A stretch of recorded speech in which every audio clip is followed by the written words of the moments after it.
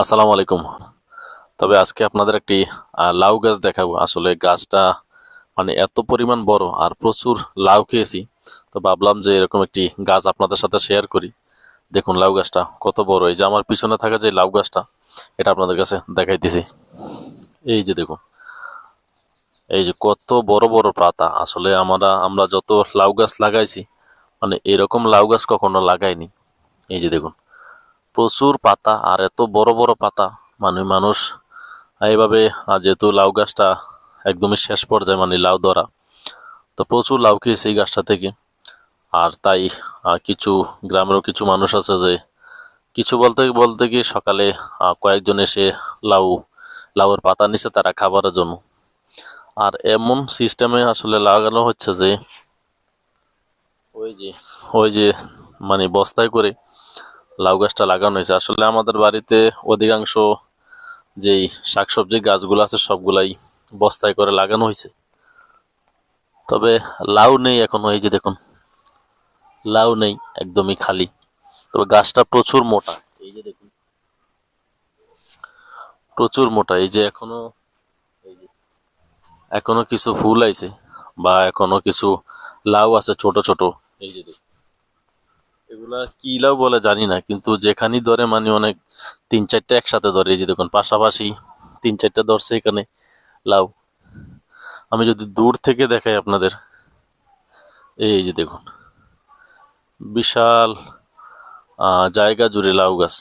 তবে যেরকম জায়গা জুড়ে লাউ গাছটা বড় ওই রকমই ধরছে। আবার এই যে এখানে একটা আছে, এখানে এটাও দেখাইতেছি।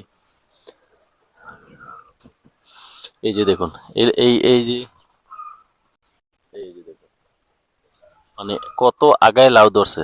মানে মাশাল্লাহ এত পরিমাণ লাউ ধরছে যা বলে বোঝানো যাবে না। লাউয়ের পাতাগুলো দেখুন কিরকম যেন একটু করলা পাতার মতো আর কি, আর মাঝখান দিয়ে ফাড়া ফাড়া। তবে এখানে দুই জাতের লাউয়ের গাছ রয়েছে। এই যে এটা পুরা জায়গাটা জুড়ে হচ্ছে লাউ গাছ, সাথে অন্যান্য গাছ আছে আসলে তাও দেখাইতেছি আমি আপনাদের। এই যে সবগুলাই বস্তায় করে লাগানো হয়েছে। সাথে পুঁইশাক গাছ আছে, এই যে পুঁইশাক গাছ, আর এই যে লাউ গাছ। তবে এই কাজগুলো আমার মা বেশি করে থাকে। এই যে দেখুন সব বস্তায় করে গাছ লাগানো হয়েছে। তবে বস্তায় করে গাছ লাগালে একটা সুবিধাও আছে, মানে যে কোনো সময় পানি দেওয়া যায় বা যে কোনো সময় গাছের পরিচর্যা করা যায়। আর এই পুরাটাই হচ্ছে আমাদের বাড়ির ভিতরে। এই যে দেখুন আমাদের বাড়ি, আর এই যে ওই যে লাউ গাছ, এই যে এই যে সবগুলোতে বালতিতে। এখানে এগুলো হচ্ছে রসুন গাছ লাগাইছে পাশাপাশি। ওই যে একটা ধনেপাতা আছে, বিলাতি ধনেপাতা বলে আর কি গ্রামে এগুলা, মানে সবকিছু বস্তায়। আর এটা হচ্ছে আঙ্গুর গাছ, সেটাকেও বস্তায় লাগানো হয়েছে আঙ্গুর গাছটা। এই যে দেখুন, তবে লাউ নেই আসলে, লাউ একদমই শেষ পর্যায়ে। আমাদেরই যারাই আত্মীয় স্বজন আছে তাদেরকে দেওয়া হয়েছে বা পার্শ্ববর্তী যারা আছে তাদেরকে দিছে, এবং আমরাও প্লাস অনেক লাউ খাইছি। আর পাশেই দেখুন সিম গাছ, আর এর সাথে আছে পুঁই শাক। আর এসে পুঁই শাকের বোটাগুলা, এগুলা রান্না করে খেলে অনেকটা মজা লাগে যদি বাজি করে। এই যে কিছু সিম আছে, তবে এবার সিম বেশি খেতে পারিনি গাছ থেকে, ওইরকম সিম ধরে নাই। সিম গাছগুলো কেন জানি এবার মানে ভালোভাবে উঠতে পারে নাই। আর এই যে দেখুন প্রচুর পুঁই শাকের বোটা রয়েছে। তবে এগুলো প্রায় প্রায় আমরা বাড়িতে মাছ দিয়ে রান্না করে বা বাজি করে। তবে আমার খুব প্রিয় এই যে বাজি, এগুলো বাজি করলে অনেকটা স্বাদ। আর দূর থেকে দেখলে এই যে এইরকম লাউ গাছটা, মানে দূর থেকে দেখলে দেখুন আসলে বাড়িতে এই বা গ্রামের বাড়িতে এরকম গাছ লাগানো হয়। যদিও আমরা ছোটবেলায় দেখতাম যে মাটি গর্ত করে তারপর গাছ লাগায়, কিন্তু এখনকার মানে আমার আম্মাই আইডিয়াটা বার করছে আর কি।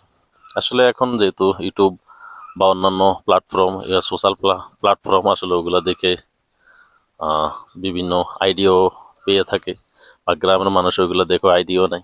ওই যে দেখো সব বস্তায় বস্তায় করে গাছ লাগাইছে এখানে।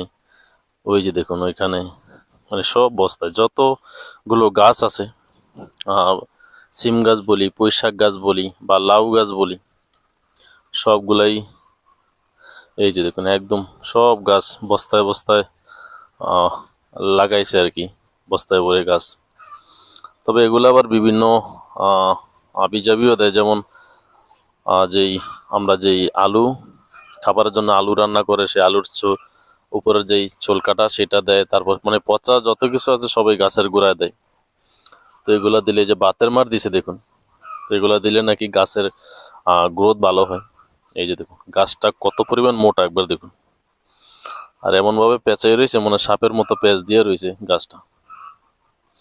তবে প্রতি বছরই এই জায়গাটিতে সিম গাছ, লাউ গাছ, করলা গাছ, সব গাছ লাগানো হয়।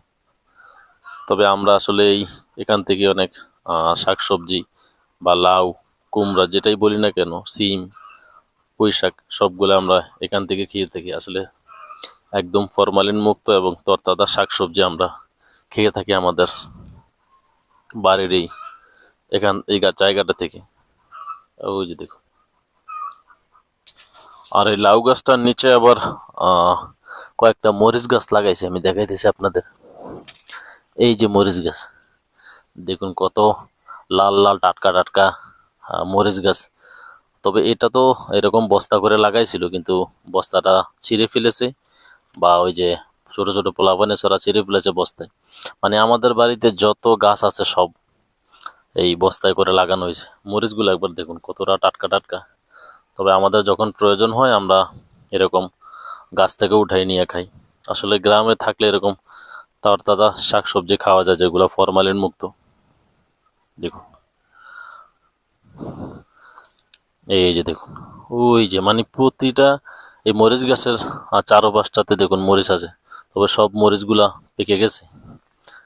এই যে দেখুন সব মরিচ পেকে গেছে। উপরে হচ্ছে লাউ গাছ, এই যে উপরে হচ্ছে লাউ গাছ, আর নিচে হচ্ছে এই যে মরিচ গাছ। আর এই যে দেখুন যত গাছ দেখবেন সব বস্তায় করা, দেখছেন সব বস্তায় করে গাছ লাগাইছে আমার আম্মা। তবে লাউ গাছের পাশে এই যে একটা লেবু গাছ, আসলে এই লেবু গাছটা প্রথমে এই জায়গায় ছিল, এটার শিকড় বাইতে বাইতে দেখুন কোথায় পর্যন্ত চলে গেছে।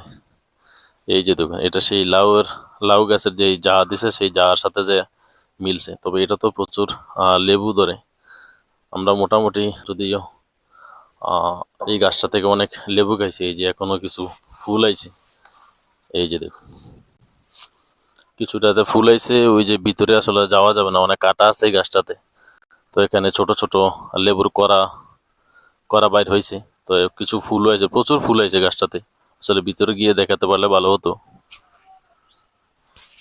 এই যে দেখুন এখান থেকে বোঝা যাইতেছে যে লেবু গাছে ফুল যে আসছে। তবে আসলে গ্রামে এরকম তরতাজা জিনিসই